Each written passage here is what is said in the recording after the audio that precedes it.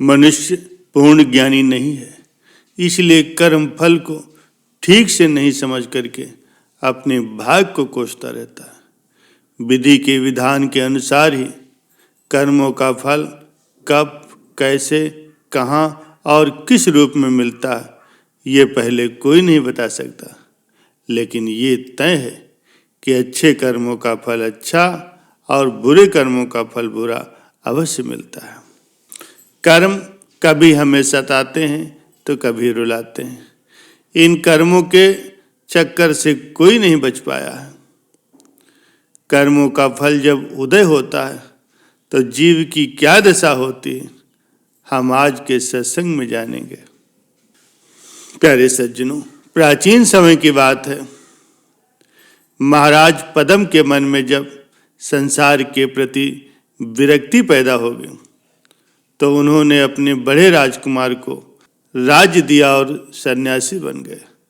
बड़े बेटे पुंडरीक ने सोचा कि जिस राज्य को मेरे पिता त्याग रहे हैं और स्वयं अनुपयोगी समझ रहे हैं, उस राजकाज के चक्कर में मैं क्यों फंसूं। उन्होंने कहा, पिताजी, अगर आप राज्य छोड़ते हैं तो मैं भी इसे छोड़ता हूं। पुंडरीक ने भी अपने पिता के साथ ही संन्यास धारण कर लिया। इधर उनके छोटे भाई कुंडरीक ने राजगद्दी संभाल ली, लेकिन रोज रोज उनके मन में यही भाव आता कि ये राज मेरे पिता और मेरे बड़े भाई का छोड़ा हुआ है और मैं कितना जघन्य प्राणी हूं कि मैं इसी संसार के अंदर इन्हीं चीजों में लिप्त हूं। उनके अंदर जब वैराग का भाव आता तो फिर संसार के प्रति मोह कमजोर पड़ जाता। राजकाज में उनका मन नहीं लगता। प्यारे सज्जनों, जो लोग वैराग के साथ संसार में रहते हैं उनका जीवन कीचड़ और पानी में कमल के खिले हुए फूल के समान होता है, जो पवित्र होता है। ये जिस जमाने की बात है, उस समय उस लड़के ने इस संसार में लिप्त न रहते हुए, मन में सदैव पश्चाताप करते हुए, मन में विवेक धारण रखते हुए 1000 वर्षों तक पूर्ण वैराग के साथ राज्य किया और संसार के प्रति उसके अंदर जरा सी भी आसक्ति नहीं हुई। कुछ समय के पश्चात उनके पिता जो सन्यासी हो गए थे, उनका प्राणांत हो गया।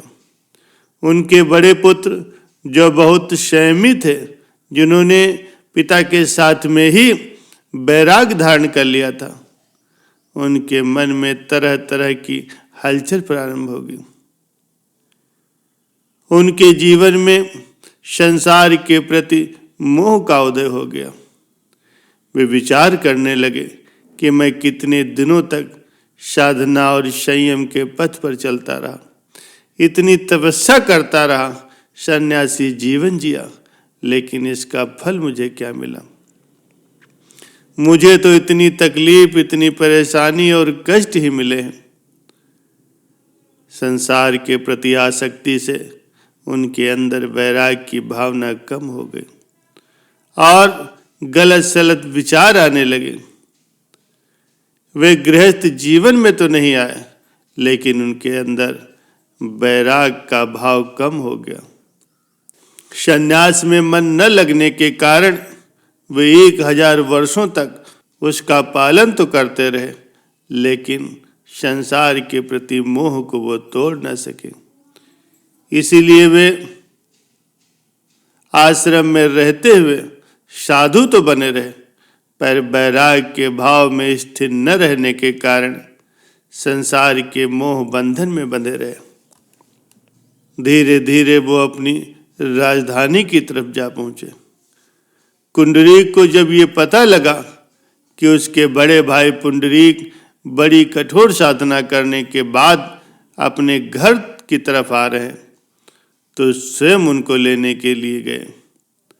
पुंडरीक ने कहा, मैं तुमसे अकेले में मिलना चाहता हूँ। जिस समय दोनों भाई आमने सामने बैठे, उस समय पुंडरीक, जिसने जीवन भर संयम की साधना की थी, सन्यासी जीवन जिया था, वो कहने लगा कि मैं राज्य को प्राप्त करना चाहता हूँ।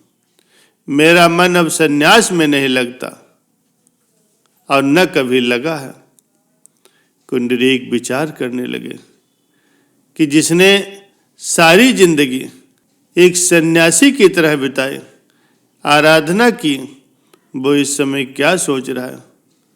उन्होंने पुनः कहा, वास्तव में ये मेरा राज्य है, इसीलिए मैं इसे पुनः प्राप्त करना चाहता हूँ।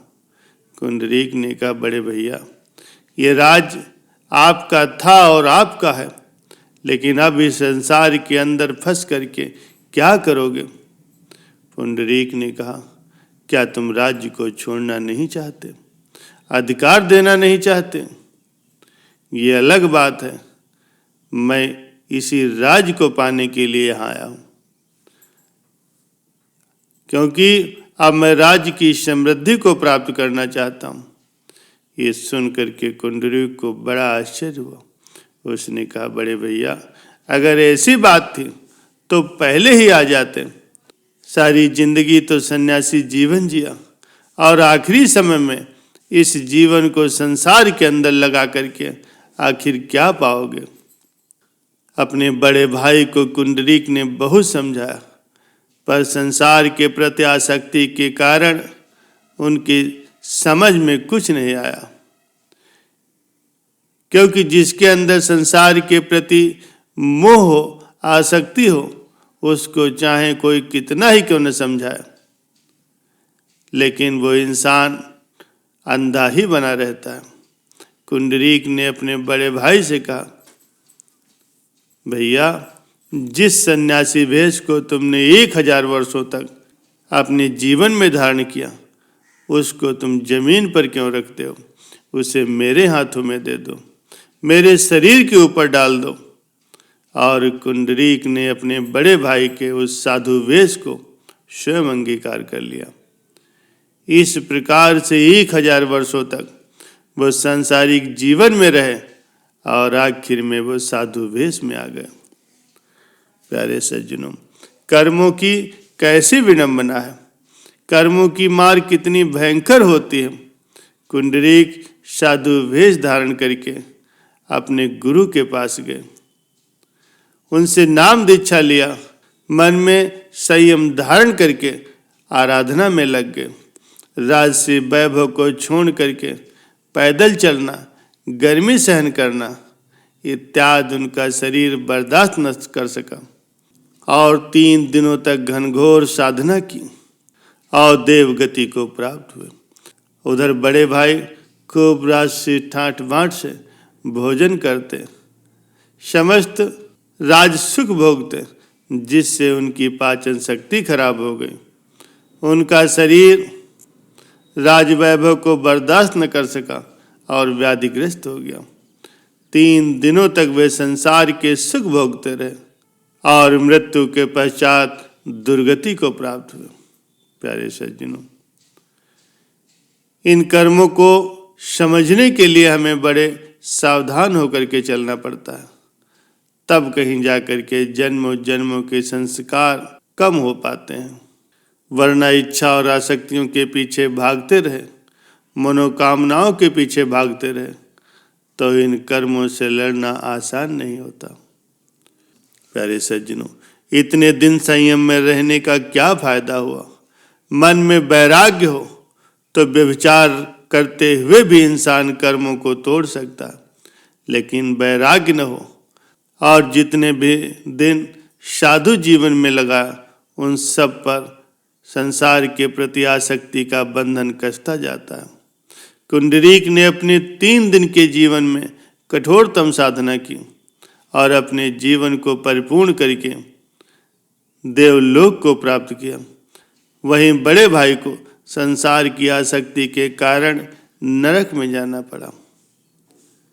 हम जैसा शुभ अशुभ कर्म करते हैं, वैसे ही हमें उन कर्मों का फल भोगना पड़ता है।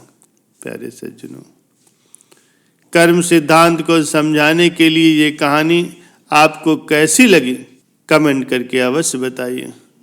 आज के सत्संग को सुनने के लिए आप सभी का बहुत बहुत धन्यवाद।